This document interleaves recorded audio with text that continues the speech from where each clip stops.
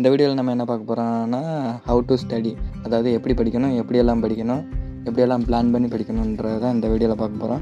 1. Understand the exam pattern.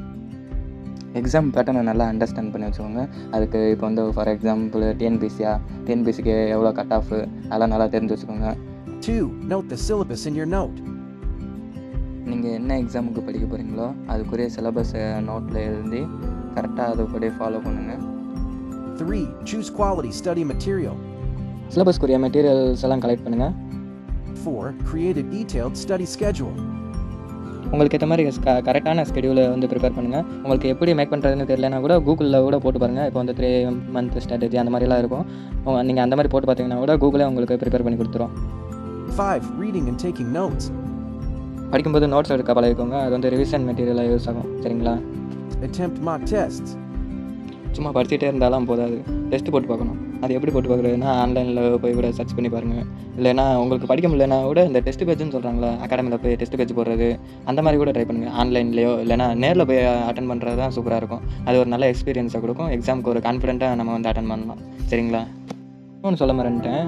இந்த test page போட்டிங்கனாலே அவங்களே schedule என்னென்ன படிக்கணும், எதுலேருந்து கேள்வி கேட்பாங்க அது பூரா கொடுத்துருவாங்க. சரிங்களா? நீங்கள் அதை படித்தாலே போதும், வின் பண்ணிடலாம். 7. Consistent revision. இப்போ நீங்கள் காலையிலேருந்து படிக்கிறீங்கன்னா கடைசியாக ஒரு 3 மணி நேரமாவது ரிவிஷனுக்கு டைம் ஒதுக்கணும். அந்த ரிவிஷனுக்கு டைம் ஒதுக்குனீங்கன்னா தான் அந்த நீங்கள் வந்து படித்தது பூரா அந்த ரிவிஷன் பண்ணி மைண்டில் ஏற்றிக்கிற முடியும். சரிங்களா? 8. Maintain health and mindset.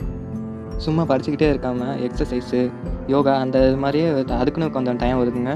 அதை பண்ணுங்கள். கொஞ்சம் மைண்ட் ஸ்ட்ரெஸ் எல்லாம் ரிலீஃப் ஆகும். அதுக்கடுத்து நீங்கள் திரும்பி ரிவிஷன் ஸ்டார்ட் பண்ணுங்கள்.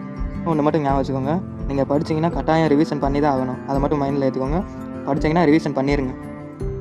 உங்களுக்கு என்ன டவுட் இருந்தாலும் யார்கிட்டையும் போய் கேட்கணுன்றத ஒரு அவசியமே இல்லை. சரிங்களா? இப்போ வந்து டெக்னாலஜி நல்லா டெவலப் ஆயிடுச்சு.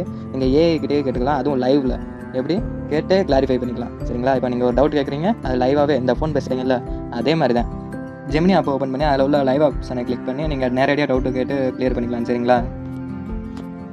வீடியோ யூஸ்ஃபுல்லாக இருந்துச்சுன்னா லைக் பண்ணுங்கள், ஷேர் பண்ணுங்கள், கமெண்ட் பண்ணுங்கள். தொடர்ந்து இது போன்ற வீடியோக்களை பெற எங்கள் சேனலை சப்ஸ்கிரைப் செய்யுங்க.